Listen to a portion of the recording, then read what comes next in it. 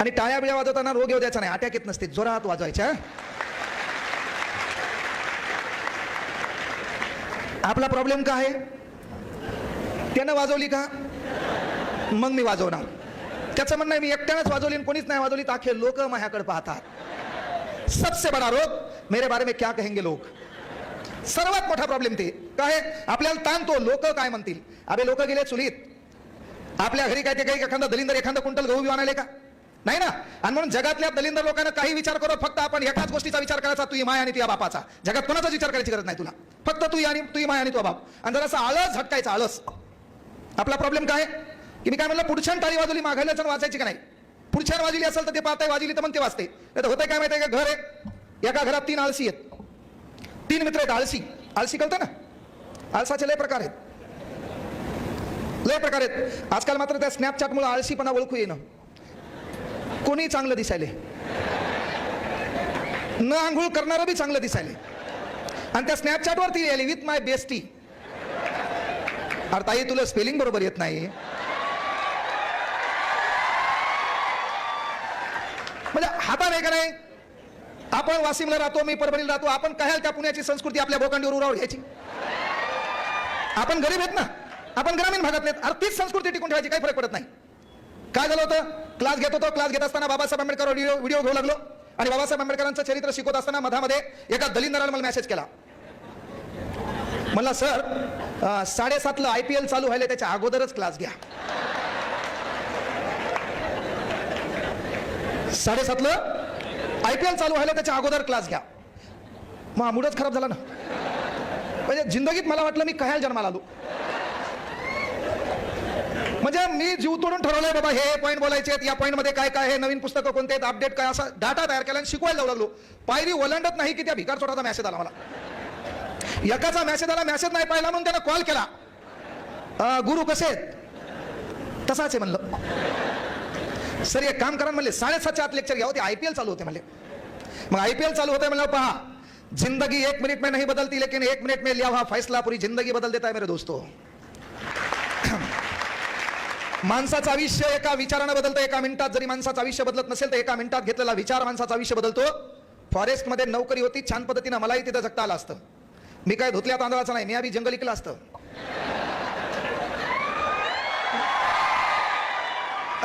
No compromise. आपलं राहणीमान, आपल्या घरच्या गोष्टी मेंटेन करायच्या, बाकीचे सर्वच लुटायले तर मग 2-4 झाडं ऐकलेत काय बिघडायले. कोण राहिलं लुटायचं.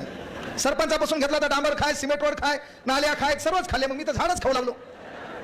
म्हणून मी ते बी केलं असतं. पण ते करत असताना लहानपणी मी शाळेत असताना मला कोणी विचारलं तुला काय व्हायचंय, तेव्हा मी छातीत ठोकपणे सांगायचो मला मास्तर व्हायचंय. मी छातीत ठोकपणे सांगायचो मला मास्तर व्हायचंय. आणि म्हणून शिक्षकांना दुसरा शब्द वापरला जातो मास्तर.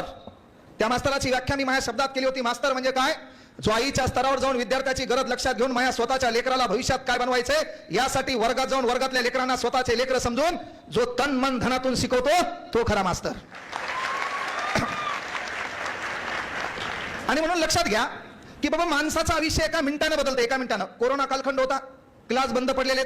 त्याच्यानंतर कोरोना कालखंड संपला, सप्टेंबर 2021 आला. मधातच वडिलाचं निधन झालं, रुपया खिशात नाही, बायको पोलीसमध्ये.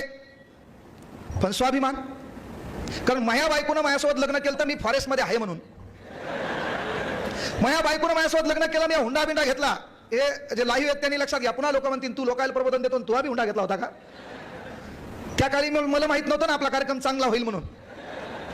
आणि म्हणून मी हुंडा बिंडा घेतला. आणि ज्या दिवशी मग एंगेजमेंट झाली, ती अंगठी असते ना या बोटात घालायची, ज्या दिवशी घातली की दुसऱ्या दिवशी मी राजीनामा दिला. माझी बायको कोमात, अख्खी माझी सासरवाडी कोमात. इथं माझे मेवणे आहेत, आता ते बी कोमात गेले. याच्यामुळे सोडलं होतं का, एवढ्या दिवस कोण सांगितलं नाही म्हणले. अभिजित भांगर तुमच्या जिथं पोलीसमध्ये आहेत, माझे मेवणे आहेत, ते माहित आहे. ज्या दिवशी माझी एंगेजमेंट झाली दुसऱ्या दिवशी मी राजीनामा दिला. अख्खे सासरवाडी कोमात गेली. पोरगा आपण नोकरीवाला म्हणून दिलं होतं, त्यांचा राजीनामा दिला म्हणून. माझी बायको जे फोनवर अशी गोड बोलायची का, मधात 2-3 महिने बोललीच नाही माई छान. इसे येत नाही. कामयाबी में दुनिया तुम्हारे साथ होती है, जब तुम नाकामयाब होते हो तो पूरी दुनिया तुम्हारे खिलाफ होती है. आणि म्हणून मी बायकोला सांगितलं की आपल्याला मास्टर व्हायचंय, आपल्याला डीएड सीटीत लागलो नाही, आपल्याला क्लास टाकायचा आहे.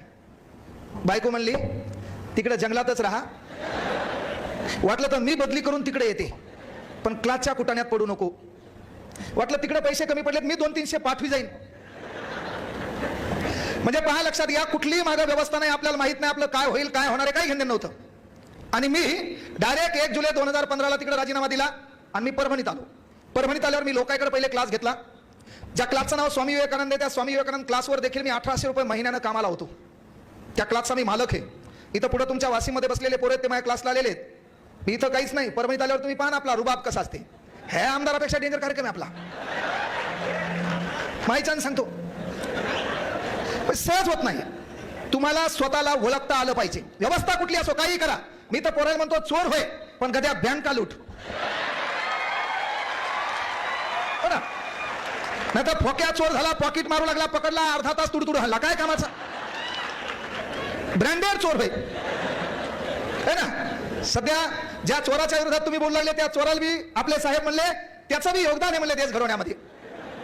न बोललेलं बरं. काय काय म्हणते, तू असंच म्हणतो आणि बोलून बी जातो. ही रियालिटी आहे. म्हणजे मी परभणीत आलो. परभणीत आल्याच्या नंतर मला वाटलं आपल्याला क्लास क्षेत्रात करिअर करायचं. 6 पोरावर 3 महिने बॅच घेतली. 6 पोरावर 3 महिने बॅच घेतली. लहानपणीच आई गेलेली आहे. कोरोना कालावधीत वडीलही गेले. पण मात्र मेन काय होतं, मी नोकरी सोडत असताना, क्लास घेत असताना, काम करत असताना मला म्हणणारा कोणी नव्हतं तू काय करायला. बाप कधीच बोलला नाही. आई लहानपणी गेलेली. आणि तुम्हाला एक गोष्ट कधी मी लक्षात घ्या, ज्या माणसाच्या संघर्ष गात असतो एखाद्याला एखादी रात्र सुखानं झोपायची असेल, तर एक गोष्ट लक्षात घ्या की ते एक रात्र तुम्हाला संघर्षमय जागाव्या लागतील. म्हणून तेव्हा त्या खऱ्या रात्रीचं महत्व तुम्हाला कळलं. आज मी अख्ख्या महाराष्ट्राला हसवत असेल, अख्ख्या महाराष्ट्राला मी त्या युट्यूबलाही कोणाला बोलू देत नसेल,